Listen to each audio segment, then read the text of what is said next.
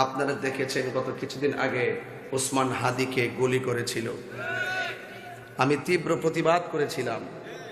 আজকে সে ওসমান হাদি না ফেরার দেশে চলে গেছে।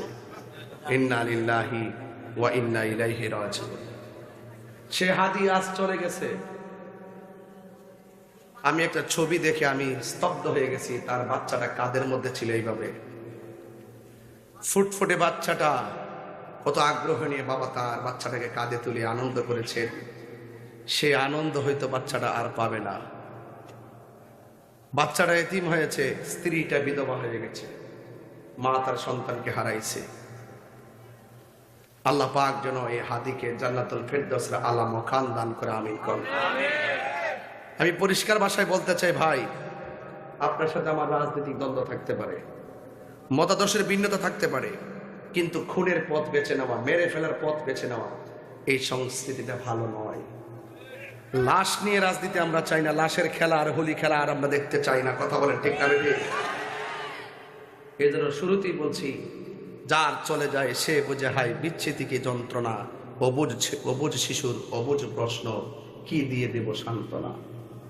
এই জন্য আপনাদেরকে অনুরোধ করে বলবো, আপনার এলাকায় আছেন, রাজনীতির সূত্র ধরে, মতাদর্শের ভিন্নতা ধরে আপনার সাথে আমার মতাদর্শের মিল না থাকতে পারে, কিন্তু তাই বলে মেরে ফেলবো, খুন করে ফেলবো, এ খুন গুম এগুলো এই দেশে বন্ধ করতে হবে। কথা বলেন ঠিক কিনা? আপনারা দেখেছেন আমাদের মসজিদের ইমাম রহিসউদ্দিনকে প্রকাশ্যে মব ভায়োলেন্স করে মেরে ফেলেছে। আজকে 1 বছর হয়ে গেছে। সেখানে রহিসউদ্দিনের বাচ্চারা আর বাবাকে দেখতে পারে নাই। তো এই জন্য যার চলে যায় সে বুঝে হয় বিচ্ছেদ। আরে মিয়া, রাজনীতি যেটা মন সেটা করে, হক কথা তো বলবেন। একটা মানুষকে মেরে ফেলবে এইভাবে তরতাজা মানুষ, এটা উচিত নয়। আমাদেরকে লাশের রাজনীতি, এরকম খুন গুম, এই সমস্ত প্রতিহিংসার রাজনীতি থেকে বেরিয়ে আসতে হবে। এই দেশটাকে আল্লাহ শান্তি করে দাও। এই দেশের মানুষের পারস্পরিক শ্রদ্ধা আর ভালোবাসা তৈরি করে দাও। মিলেমিশে চলার তৌফিক দিয়ে দাও, আমিন কর। ভাইরা আমার, আল্লাহ রাব্বুল আলামিন কোরআনুল কারীমের মধ্যে বলেছেন, ওয়াকাদা রাব্বুকা আল্লা তা'বুদু ইল্লা ইয়াহু ওয়া বিল ওয়ালিদাইনি ইহসানা। আল্লাহ বলছেন তোমাদের উপরে ইবাদত করাকে আবশ্যক করে দেওয়া হয়েছে। তোমরা আমি আল্লাহ ছাড়া কাহারও ইবাদত করবে না। সিজদা পাওয়ার মালিককে। আসসালামু আলাইকুম রহমতুল্লাহি ওয়া বারাকাতুহু। আপনারা সকলেই জানেন নির্বাচন আসছে, ফেব্রুয়ারিতে নির্বাচন হবে, এ নিয়ে অনেক বানচাল চলতেছে। অনেকে খুশি, আবার অনেকে নির্বাচন না হওয়ার জন্য বিভিন্ন রকমের চেষ্টা চালিয়ে যাচ্ছে। আমরা দেখতে পাচ্ছি ঢাকা 8 আসনে ওসমান হাদি নামক একজন সংসদ সদস্য প্রার্থীকে তাকে গুলি করে হত্যার চেষ্টা। আমরা এখনও পর্যন্ত দেখছি না যে সেই ঘাতককে বাংলাদেশ প্রশাসন আটকাতে পেরেছে কিনা।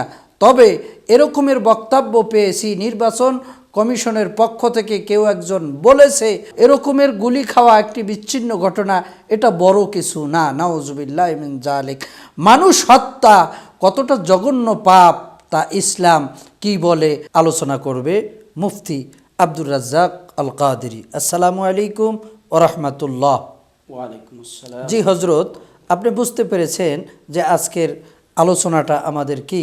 ঢাকার 8 আসনের এমপি ওসমান হাদিকে গুলি করা হলো, এ নিয়ে বাংলাদেশের পুলিশ প্রশাসন এদের মধ্যে কোনো রকমের কোনো চিন্তা ভাবনা চেতনা দেখা যাচ্ছে না।